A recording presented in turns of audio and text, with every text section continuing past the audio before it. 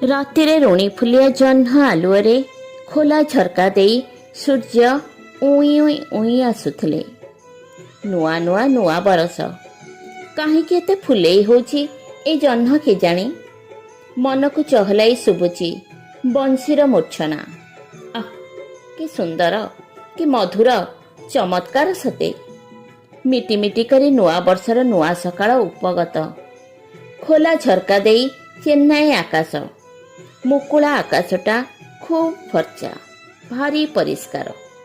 ଜୀବନ ଦୃଷ୍ଟି ନିଅପରାଧ ଭବିଷ୍ୟତ ପାଇଁ ଯେ ଭିତ୍ତିହୀନ ଏବଂ ମିଛ ପ୍ରତିଶ୍ରୁତିରେ କାଳ୍ପନିକ ସାମ୍ରାଜ୍ୟଟା କେବଳ ଲମ୍ବିଛି ଯେ ଯୋଜନ ଯୋଜନ। ଯାହାର ଆଦି ଅନ୍ତ ଅଛି ନା ଜୀବନ ବଞ୍ଚିବାର ସମ୍ଭାବନା ଅଛି।